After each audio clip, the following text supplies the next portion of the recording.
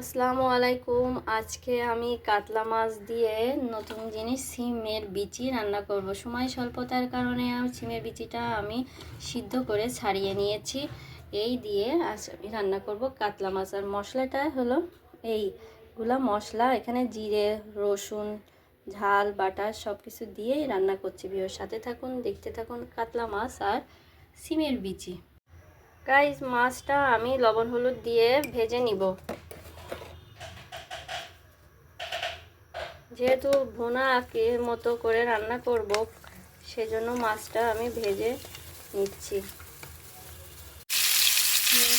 মাছটা দিয়ে দিচ্ছি।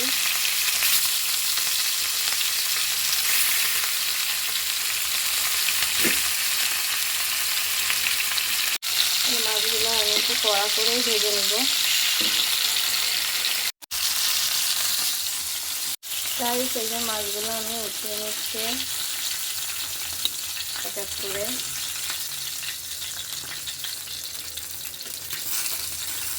গাইস, এই যে আমি মাছগুলো ভেজে নিয়েছি। ভাজার পরে এখন আমি রান্নাটা করব। এখানে আমি সেই ভাজা মাছের তেলটা দিয়ে দিচ্ছি। তেল দিয়ে এখন আমি যে মশলাটা সেটা দিয়ে দিলাম।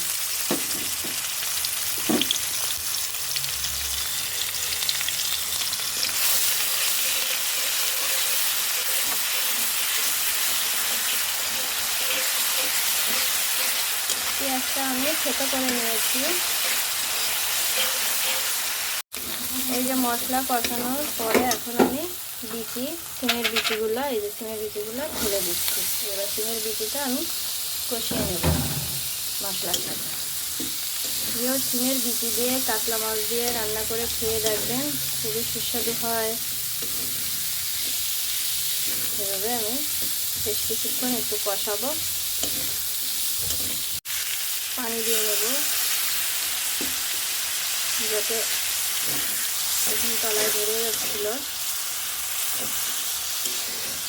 মশলাটা আর বিচি একসাথে একটু ভাজা ভাজা করে নেব।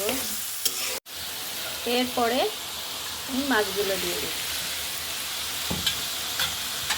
দিয়ে মাছ আর সিমের বিচিটা একসাথে কষিয়ে নেব। দুইটা একসাথে কষাচ্ছি। মাছ দিয়ে কষাচ্ছি।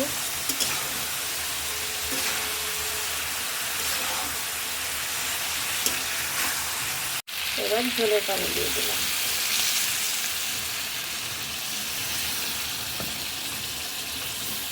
নাড়াচাড়া দিয়ে দিলাম। এখন আমি এদের ঢেকে দিলাম। গাইস, দেখতে থাকুন আমার এই রান্না।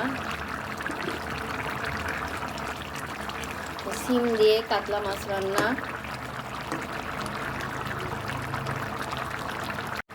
এখন আমি এই কাঁচা ঝাল দিয়ে দিচ্ছি খালি করা।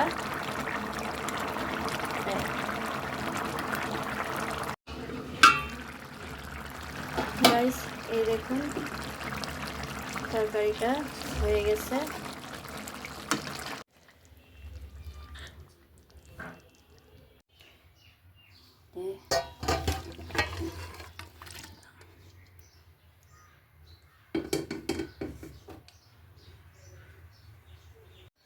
কাতলা মাছ দিয়ে সিমের বিচি দিয়ে তরকারি হয়ে গেল। গাইস, আমার এই রান্নাটা যদি আপনাদের ভালো লেগে থাকে তাহলে লাইক করবেন, শেয়ার করবেন, সাবস্ক্রাইব করে দিবেন। দোয়া করবেন যাতে আমি আরও নতুন নতুন রান্নার ভিডিও আপনাদের দেখাইতে পারি। ধন্যবাদ সবাইকে।